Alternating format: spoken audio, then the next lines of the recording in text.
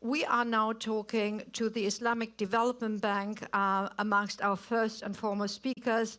And the gentleman that we're talking to and who is going to talk to us is Dr. Mohammad Aljasser.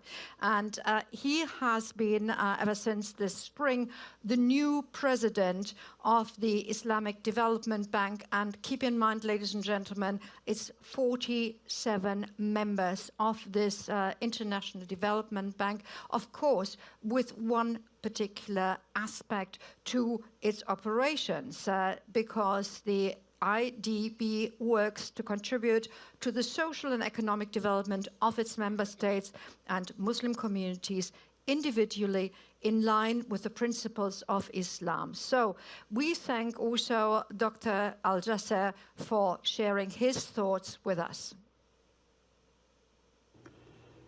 Distinguished delegates, ladies and gentlemen, Assalamu alaikum wa rahmatullahi wa barakatuh.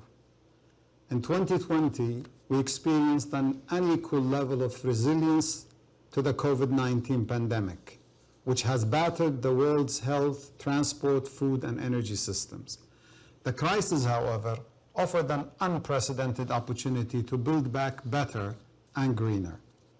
Such achievement would not have been possible without all relevant government, financial, philanthropic, and non-state actors.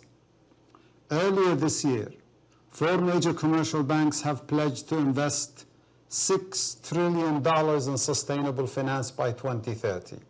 The pledge was part of a growing trend of financial institutions to embed environmental, social, and governance aspects into their business models. It is estimated that $90 trillion in infrastructure investment alone is expected between 2015 and 2030. These investments will need to be secured against the impacts of climate change while ensuring that their deployment will not significantly affect future global greenhouse gas emissions levels. Moreover, investing in green and resilient infrastructure could create millions of green jobs.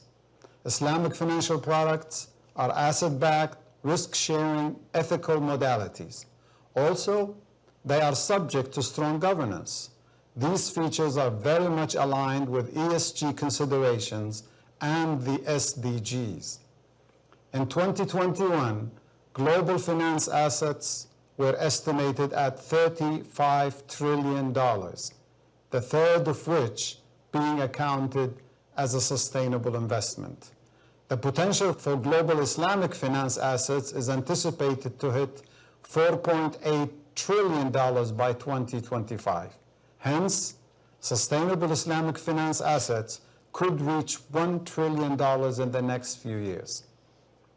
As a leading multilateral Islamic finance institution, the Islamic Development Bank has successfully issued a €1 billion green sukuk, which is an Islamic equivalent of bonds, in 2019, and $2.5 billion in sustainability sukuk in 2021, the largest of their kind. To compare, the total ESG sukuk issuance in 2020 was a record US $4.6 billion. With a mandate involving advisory services in Islamic finance, the Islamic Development Bank has an excellent opportunity to promote ESG standards, greenhouse gas accounting, and climate risk management frameworks in developing countries' commercial and Islamic finance institutions. This will support the deployment of billions of dollars in green Islamic finance for communities and SMEs. Ladies and gentlemen, in 2019, the Islamic Development Bank made an ambitious commitment that by 2025, at least 35% of the Islamic Development Bank operations will be in climate finance.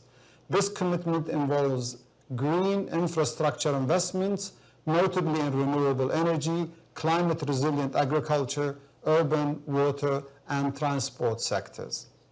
In addition, the Islamic Development Bank hosts the $2.5 billion US Lives and Livelihoods Fund, LLF, with donors including King Salman Humanitarian Aid and Relief Center and Bill and Melinda Gates Foundation, among others.